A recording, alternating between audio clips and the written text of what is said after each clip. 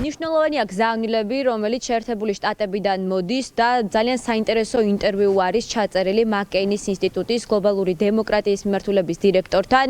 ვაშინგტონის ხმასთან მიცემულ ინტერვიუში ლორა თორნტონი ძალიან დეტალურად საუბრობს იმაზე, რა პოზიცია შეიძლება ჰქონდეს მომავალ ადმინისტრაციას, რა კი ქართული ოცნება ხშირად აპელირებს იმაზე, რომ 20 იანვრის შემდეგ, ანუ ტრამპის პრეზიდენტად უკვე ოფიციალურად დანიშნვის შემდეგ შეიცვლება პოლიტიკა, თუნდაც სანქციებთან მიმართებაში და ის შეერბილდება და თორნტონი განმარტავს, რომ რეალური თანხვედრა არის სენატში ორპარტიული იმ პოზიციასთან დაკავშირებით, რომელსაც ქართული ოცნების ხელისუფლების წინააღმდეგ მიმართავს შტატები და აქვე თორნტონი საუბრობს იმაზე, თუ რამდენად მნიშვნელოვანია სანქციების დაწესება იმ ძალოვანი უწყების ხელმძღვანელების ლიდერების წინააღმდეგ, რომლებიც უშუალოდ იღებენ მონაწილეობას ადამიანების წამებასა და არაადამიანურ მოპყრობაში, თუმცა აქვე დასძენს იმას, რომ თუ კი არ იქნება ფინანსური სანქციები ამოქმედებული, უშუალოდ ბიძინა ივანიშვილის ოლიგარქიული რეჟიმის შემოქმედის და მისი ძალიან ახლო გარემოცვის, ანუ ქართული ოცნების მაღალჩინოსნების წინააღმდეგ საბოლოოდ ასეთი ტიპის სანქციების შედეგზე ვერ გავა.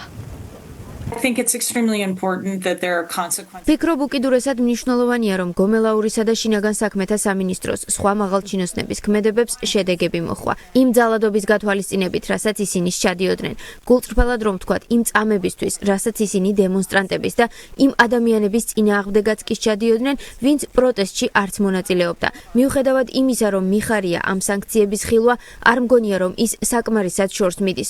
უნდა გვესმოდეს, ვინ არის ის ხალხი, ვის წინაშეც ეს ადამიანები ანგარიშვალდებულები არიან, ვის ბრძანებებს ასრულებენ ისინი. ჩემი აზრით და ყველა იმ ქართველის აზრით, ვისაც გასული კვირის განმავლობაში თბილისში ყოფნისას შევხვდი და ვესაუბრე, ეს ბიძინა ივანიშვილია. ამ რეჟიმის ლიდერის სანქციების გარეშე ვშიშობ, სანქციების გავლენა შეზღუდული იქნება. სანქციების სამიზნე ქართული ოცნების ლიდერები უნდა იყვნენ. ფინანსური სანქციების გარეშე ძალიან ძნელი იქნება რაიმე ბზარების გაჩენა პარტიაში.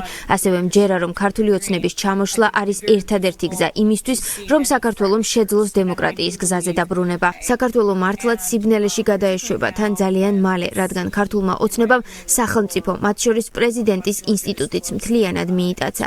დასაკარგი დრო აღარ გვაქვს, რადგან უკვე გადავლახეთ ის ეტაპი, როდესაც უკან დასაბრუნებელი გზა აღარაა. როგორც იცით, რესპუბლიკელები და დემოკრატები ბევრ რამეზე ვერ თანხმდებიან. ასე რომ ალბათ მადლობა უნდა უთხრათ ქართულ ოცნებას, რომ ისინი შეთანხმებამდე მიიყვანა. საქართველოსადმი მიდგომა არის აბსოლუტურად ორპარტიული მხარდაჭერის მქონე საკითხი. ქართული ოცნება არის ანტიდემოკრატიული ძალა. არჩევნები საეჭვო იყო. საჭიროა ახალი არჩევნები, რომ არსებობს ძალადობა და ასე შემდეგ. ამაზე კონგრესი ერთიანია. ფიქრობ გასაოცარია იმის მოსმენა, რომ ქართულ ოცნებას სჯერა, რომ ტრამპის ადმინისტრაცია მოვა და მათ გადაარჩენს.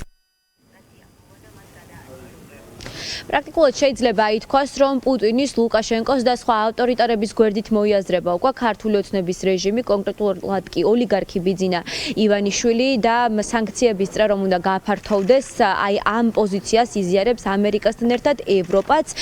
ევროპელი დეპუტატები ასევე ამერიკის ხმისთვის მიცემულ ინტერვიუში საუბრობენ იმ სანქციების მნიშვნელობაზე, რომელიც შეიძლება დაუწესდეს პერსონალურად სხვადასხვა სანქციების მხრიდან ბიძინა ივანიშვილის რეჟიმს და ამბობენ, რომ ეს არის ძალიან მნიშვნელოვანი და ეს იქნება თანადგომა დასავლეთის მხრიდან ქართველი ხალხის მიმართულებით, რომლებიც ითხოვენ, რომ მათ გვერდით იდგას ევროპა.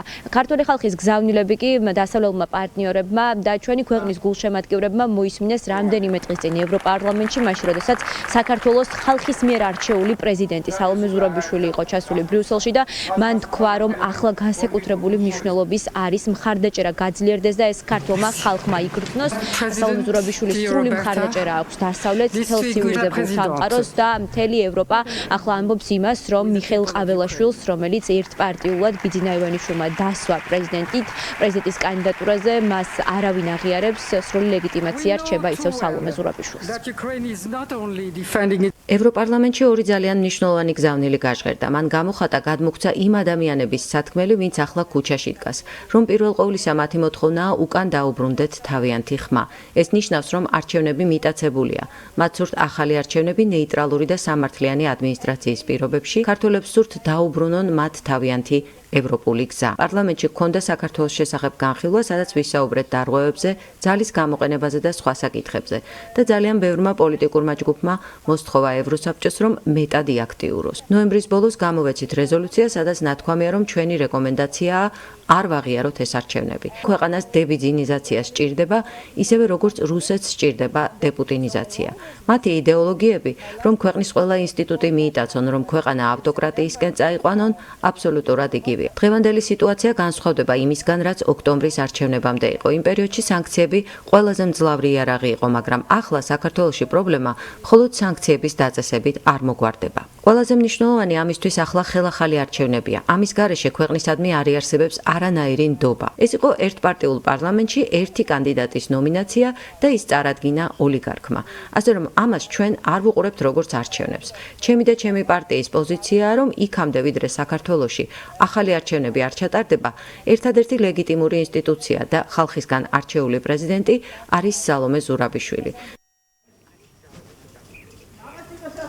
სრულიად ცივილიზებული სამყარო ითხოვს ერთს, რომ მაგნიტსკის გლობალური სანქციების სიაში იქ, სადაც სისხლის სამართლის დამნაშავეები არიან და საიდანაც მთელი ცხოვრების განმავლობაში ვერ ამოეწერებიან, მათ შორის ის მოძალადე პოლიციელები, რომლებიც საქართველოს მოქალაქეები არიან და უკვე ირიცხებიან ამ სიაში, შეიყვანონ ბიძინა ივანიშვილი და ქართული ოცნების სხვა მაღალჩინოსნები, მწვავე პოლიტიკური კრიზისიდან ერთადერთი გამოსავალი, რომელიც ახლა შეიძლება საქართველოში არსებობდეს ჩვენი დასავლელი პარტნიორებისთვის არის ახალი არჩევნები.